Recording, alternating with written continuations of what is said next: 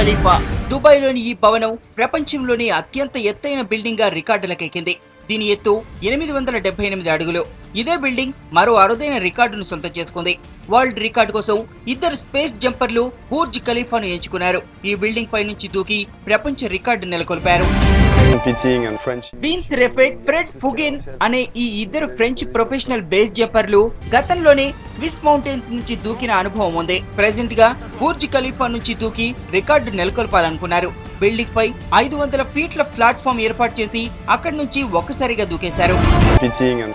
రెఫెట్, ఫుగిన్ ఇద్దరు పసుపు రంగు జంప్ సూట్లు ధరించారు. ఈ ఎల్లో సూట్ కిందికి దూకినప్పుడు గాలికి ఊపుతుంది. రెండు విడిపోయి పక్షి రెక్కల్లా పనిచేస్తాయి. దీంతో పక్షుల్లా ఎగిరి ఎంచక్కా కిందికి వాలారు. రికార్డు ఎరగతీశారు. ఇప్పటి వరకు ఈ రికార్డ్ నాసిర్ అల్ నేయాది, ఒమర్ అల్ హెగలావాల్ అనే యువకులపై ఉంది. 2010లో వీరిద్దరూ 672 మీటర్ల ఎత్తు నుంచి కిందకి దూకారు. ఇదే ఇప్పటి వరకు ప్రపంచ రికార్డ్.